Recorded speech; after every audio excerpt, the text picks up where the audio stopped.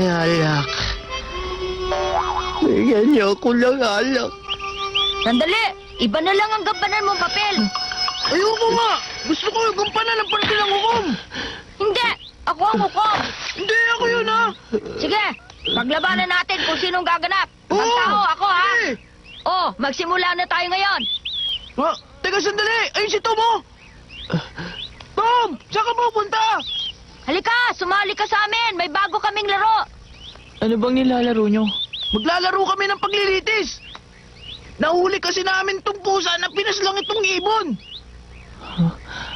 Lilitisin ang pusa pagkatapos mapatawan ng parusa ng hukom! Ako ang hukom at ang ipapataw ko ay parusang kamatayan para sa pusa. Halika nga rito. Talaga bang pinaslang ng pusa ang ibon? Oo, kitang-kita ng dalawang mata ko! Sinunggaban niya yung aking ibon, Tom! Pero hindi niyo patiyak kung ang pusa nga ang pumaslang sa ibon. Naglalakad ng pusa na kagat ng aking ibon! Maari din namang napulot lang ng pusa ang ibon eh. Ah, oo. Maaari ding mangyari yun. Hindi! Maliwanag na pinaslang ng pusa yung ibon!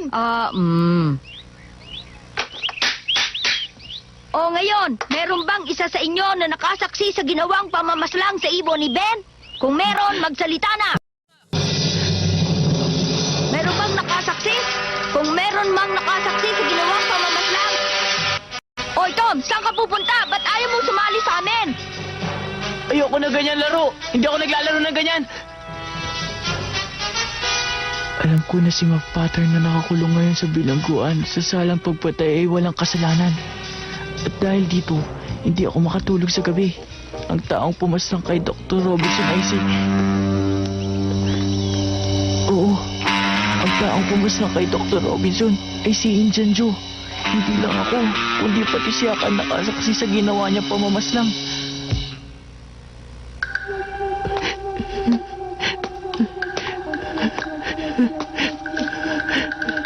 O bakit, bata? Magandang hapon po. Titig na titig ka sa akin. Bakit? May dumi ba ako sa mukha? Magsalita ka. Nasaan ang dumi dyan? Wala po. Kung ganoon, bata, huwag mo na akong tititigan ng ganyan at nakakainsulto ka, bata. Hindi mabuting gawain yan. Pasensya na po kayo.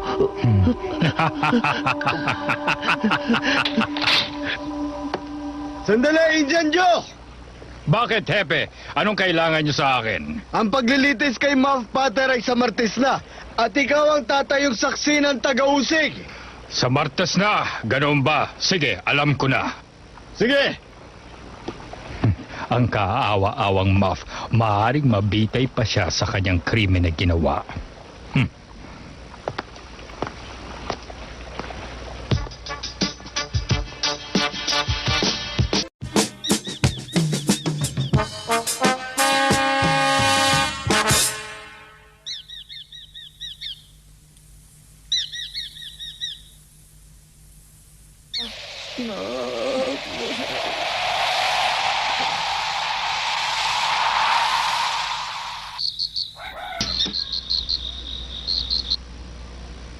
Tom, nakita mo mga pangyayari ano? Hindi, wala akong nakita. Alam ko. Anong pinagsasabi mo diyang alam mo? Alam mo ba, Tom, nagsasalita ka sa pagtulog mo gabi-gabi. Ganun ba? Natatandaan mo ba ang mga sinasabi mo? Wala akong natatandaan. Ah! Dugo! Dugo! Tulungan niyo ako! Tulungan niyo ako! Naku po! Dugo! Dugo! Hindi ko sasabihin ito kahit kanino! Talaga! Mang Mop! Patawarin niyo ako! Patawarin niyo ako! Mang Mop! Patawarin niyo ako! Tama Hindi na, ko Sid! sinasabi Tama na! ito. Natatakot ako! Wala akong alam! Wala akong nakita! Wala! Tama na! Sabi ng tama na eh. Hindi ako nagsasalta na ganun pagtulog ako. Yun ang sabi mo! Kung ganun, kalimutan mo na yun. Aba, sobra naman ang hihiling mo! Sobra na ako sobra. Basta kalimutan mo na yun. Hindi ko sasabihin kahit kanino. Sabihin mo lang sa akin kung paano pinaslang ni Mang Muff si Dr. Robinson. Sige na. Sinabi ko naman sa'yo, wala akong nakita.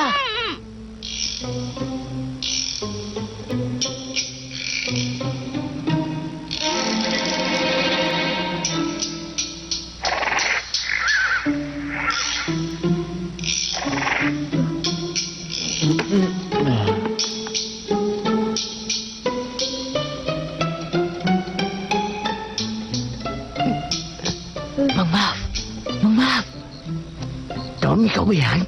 May dala po akong tabako at narito rin po si Hak. Nakaw, maraming salamat sa inyong dalawa.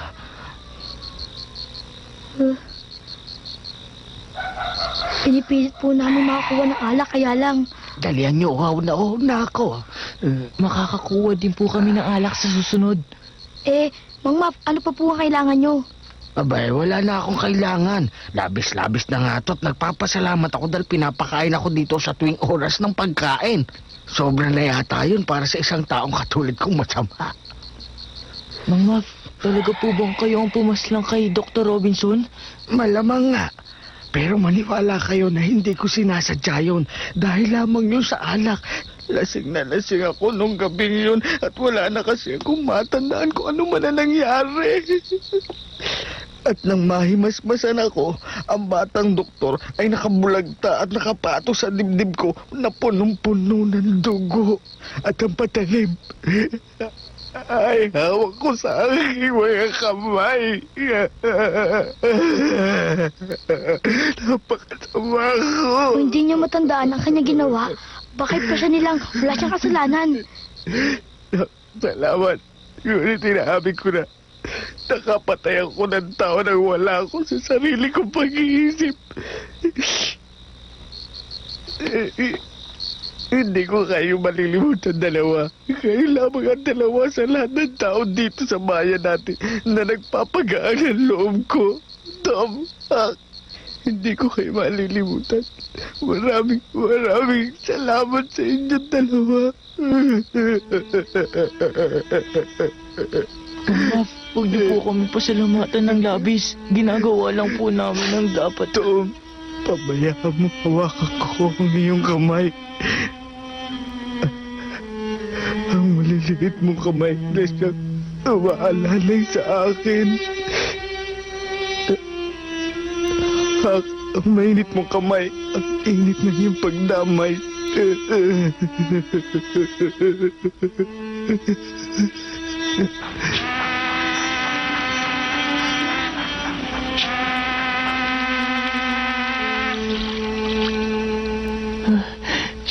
Hindi na ako maaari pang tumahimik. Ako man, Tom. Ano nang gagawin natin? Hindi ko alam. Pag-iisipan ko ngayong gawing ito. Kung mabigo ang plano ko, sisiguruhin kong hindi ka gagantihan ni Indian Joe. Pangako yun.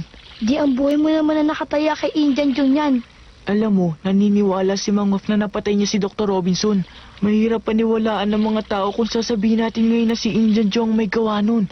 Walang maniniwala. Anong gagawin natin?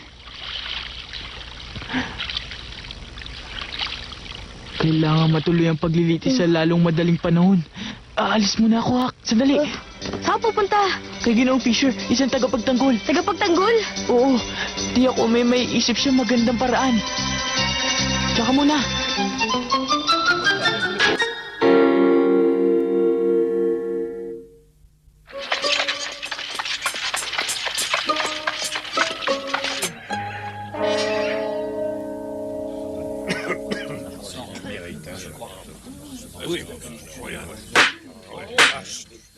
Tahimik! Yung aking ano doon, na pag-aayan, binigyan ko kayo. Katahimikan!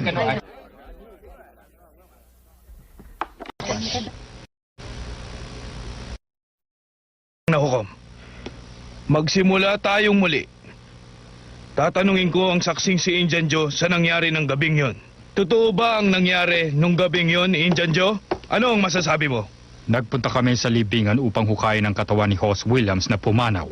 Sa anong kadahilanan? Hindi ba't maraming beses ko nang sinagot ang katanungang yan? Oo, ngunit kailangan sabihin mo sa hukumang ito kung ano ang talagang nangyari.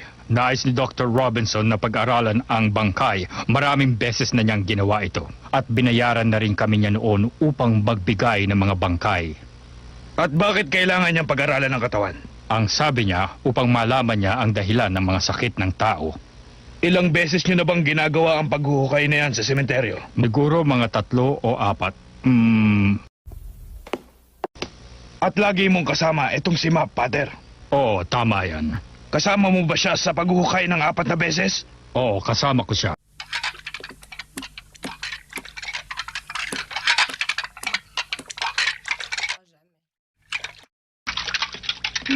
Oh, Si Tom po, nananaginip ng masama, gabi-gabi. masamang panaginip? Anong panaginip? Ha, sumisigaw po siya ng Alam po ninyo, palagay ko po ay nakita ni Tom ng paslangin ni Mang Map si Dr. Wilson. Anong sinabi mo? Kaya po siya lagi nananaginip ng masama gabi-gabi. Bakit hindi mo agad sinabi ang bagay na ito sa akin, bata? Wag raw pong sasabihin kahit kanino. Alam, kaya pala iba ang kilos niya nitong mga nakaraang araw. At kaunti kumain. Minsan ay bumininga. At ayaw upang maglaro. Ay, at lagi siyang nag-iisip. Para bang gulong-gulo ang isip niya. Ha? Tama, Sid. Po? Bakit nagpunta si Tom sa libingan ng hapon yun? At ano naman ang ginawa ni Mapapos noon? Hinugot ni Muff ang kanyang kanyang bulsa at sinaksak si Dr. Robinson sa puso. Napakabilis na mga pangyayari kaya hindi ko na nagawang pigilan si Muff at nabitiwan ni Dr. Robinson ang pamalo niyang hawak at bumulagta siya sa lupa at tinamaan ang pamalo niya si Muff at bumagsak si Muff at sa ibabaw naman ni Muff nalugmok ang doktor.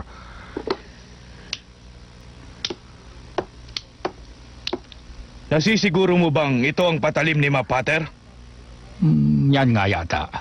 Tinatapos ko na po ang aking pagtatanong, Ginoong Hukom.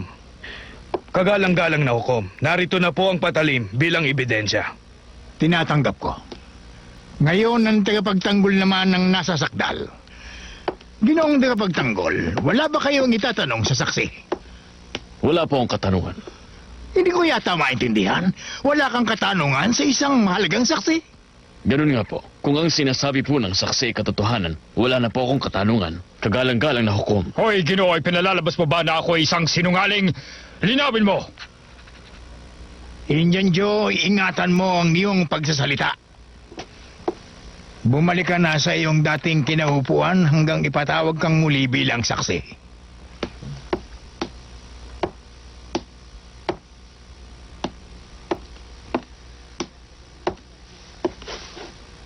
Ginong taga-usig ang susunod mong saksi.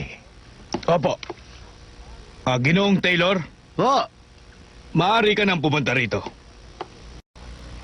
ito nga po ang patalim na ipinakita sa akin ni Map. Ginoong Taylor, natitiyak mo ba na ang patalim na ito ay kay Map? Opo. Ibinibigay ko na sa iyo ang pagtatanong. Wala akong katanungan. Nagulat po ako nung nakita ko naghuhugas si Mapater doon sa may ilog.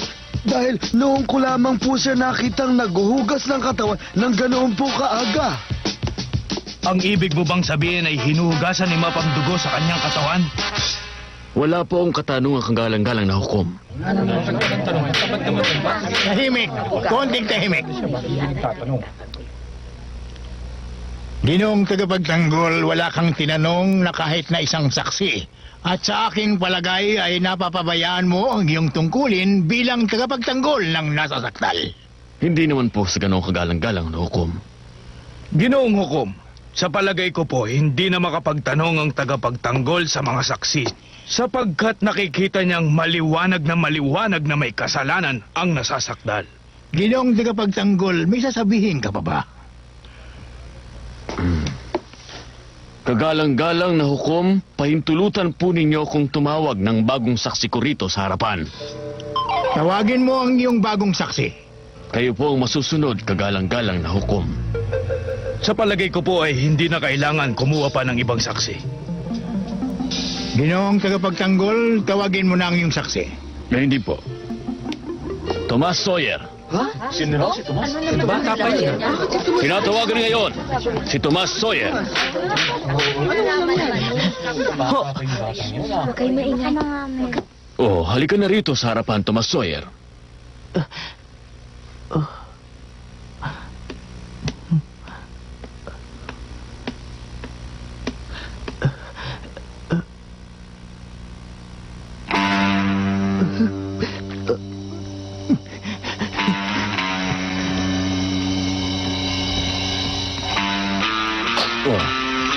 Oh, Tomas, huwag ka nang kabahan. Opo, sige po. Oh, huwag ka nang matakot. Matapang kang bata, hindi ba? O ngayon, upo ka na doon sa upuan.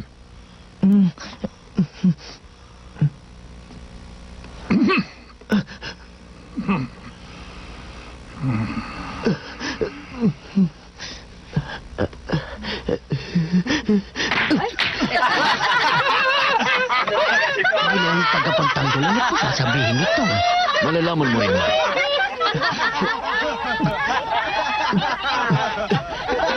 Tahimik! Konting tahimik!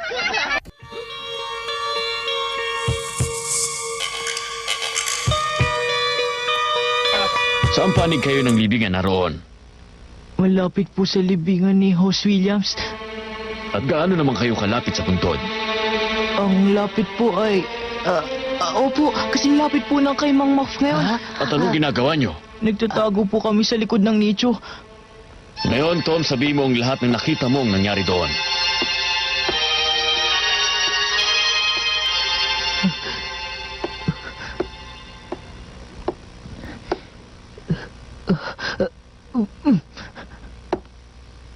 Ano, Tom? Mamas! Sabihin mo ang mga nakita mo doon at walang dahilan upang mag-alala ka.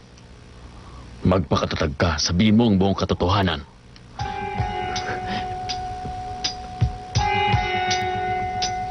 Nung una po, nang may makita kong 3 lalaking dumarating sa may libingan ni House Williams, akala ko po mga multo sila.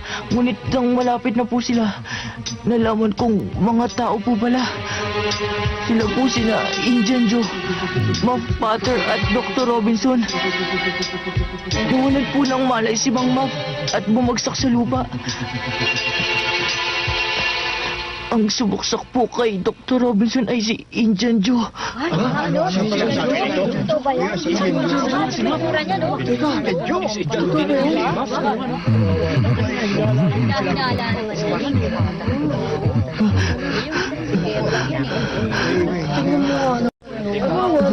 Indian Joe! Ikaw pumatay kay Dr. Robinson! Ikaw!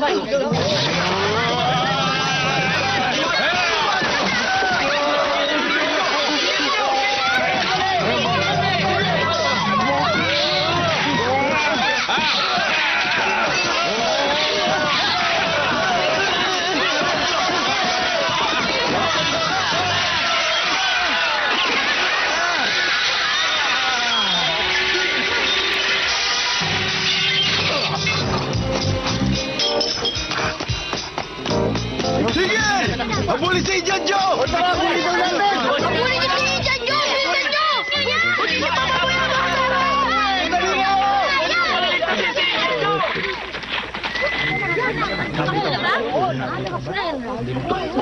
Hindi ba siya nabubog? Sana nabubog na sa langit. Patawad, Mang Muff. Dapat sana mas maaga ko pang sinabi ang totoo. Sana hindi ka na nahihirapan ng ganito. Ngunit hindi ako makapagsalita dahil natatakot ako kay Indian Joe. Patawad. Tom, salamat. Maraming salamat sa iyo, Tom. Iligtas ko si Mang Muff Potter.